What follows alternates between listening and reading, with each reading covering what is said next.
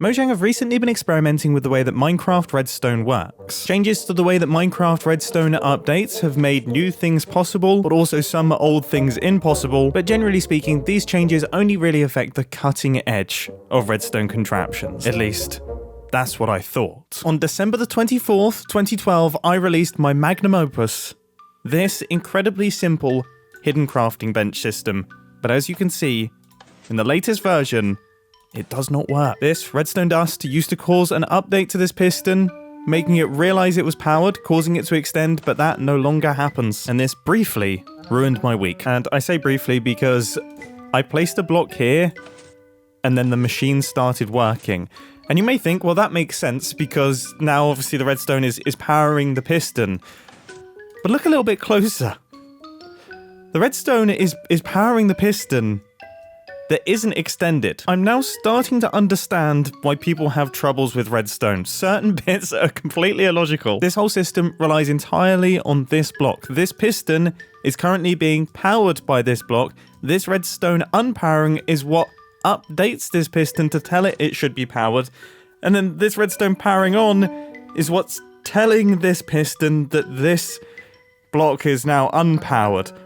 Why this block makes a difference in the latest update, I actually don't really know. And it does mean that now, if you cause an update to this piston, then it does actually break the contraption because this piston realizes that it's being powered over here. How have I managed to make two redstone components and two pistons confusing? For the first time ever, things were not really quite simple. And so begins my quest to continually improve the hidden crafting bench. I genuinely think I can actually make this thing smaller. It will be a little bit more expensive, but I think I can get the footprint to fit within the space created by these pistons. It's going to rely on the same logic, but it's going to use a slightly different system. You see, when I designed this, the observer didn't even exist in the game, but I think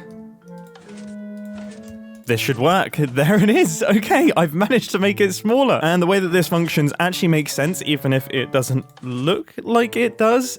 So, effectively, still the same thing is going on. This piston is being powered by this block in the center, but the update telling the piston to extend is caused by this note block and then this observer sending a redstone signal into the piston. That is why there is a small amount of delay before it extends. So if you imagine you've got your wall, but kind of in the backroom storage system here, if we stand on this pressure plate, our crafting bench can pop out, then we can step off it, and everything gets hidden away. Contrary to what many people believe, you don't often hide a crafting bench because you don't want people using your crafting bench. You hide a crafting bench because crafting benches don't fit in with the vibe of a lot of builds. Okay, what if I wanted to stack my hidden crafting benches up next to one another? Well, this is going to require a complete redesign of how my hidden crafting bench works, which, I mean, it's a pretty good little design. If we make it so that it's powered from the back, that means that we can tile them up next to one another. And then because pistons take a little while to extend but retract instantly,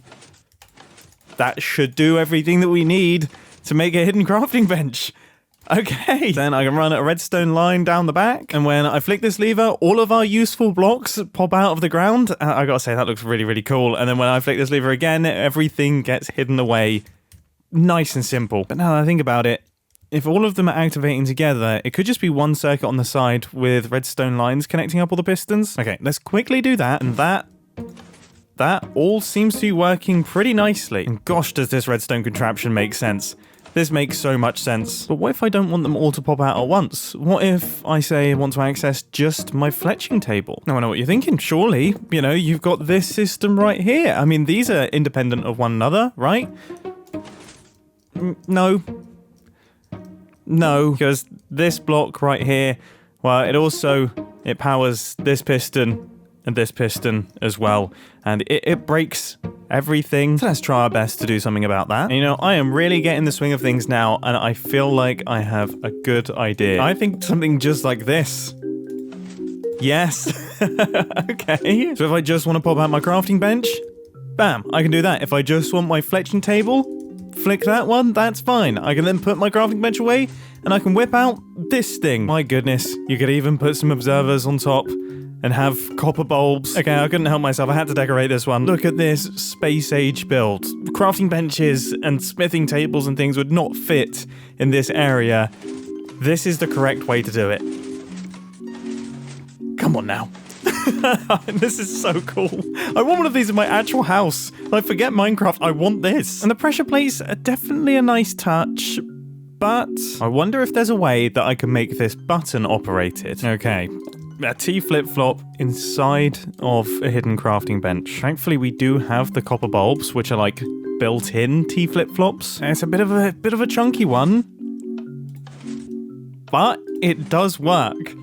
And this, again, this makes a lot of sense. It's not using any weirdness. So that's very cool, very nice, but it's being powered from the side, isn't it? In fact, to be honest, when you're not actually hiding your crafting bench to hide it, it's purely for decoration purposes.